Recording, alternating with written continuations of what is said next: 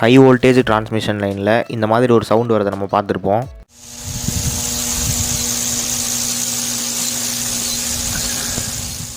இந்த சவுண்டுக்கு பேர் தான் ஹிஸ்ஸிங் சவுண்ட் அப்படின்னு சொல்லுவாங்க. ஹை வோல்டேஜ் டிரான்ஸ்மிஷன் லைனில் எதுக்காக இந்த ஹிஸ்ஸிங் சவுண்ட் வருது அப்படிங்கிறத பற்றி தான் இந்த வீடியோவில் நம்ம பார்க்க போகிறோம். இந்த ஹிஸ்ஸிங் சவுண்ட் ப்ரொடியூஸ் ஆகிறதுக்கு மேஜரான காரணம் கொரோனா எஃபெக்ட். இப்போ நம்ம கொரோனா எஃபெக்டை பற்றி பார்ப்போம். ஹை வோல்டேஜை கேரி பண்ணிட்டு போகக்கூடிய கண்டக்டரை சுற்றி இருக்கிற அட்மாஸ்ஃபியரிக் ஏர் அயனைஸ் ஆகும்.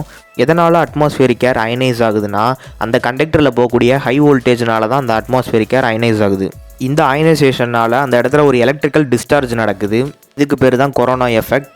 இந்த கொரோனா எஃபெக்ட்னால தான் ஹை வோல்டேஜ் டிரான்ஸ்மிஷன் லைனில் ஹிஸ்ஸிங் சவுண்ட் வருது.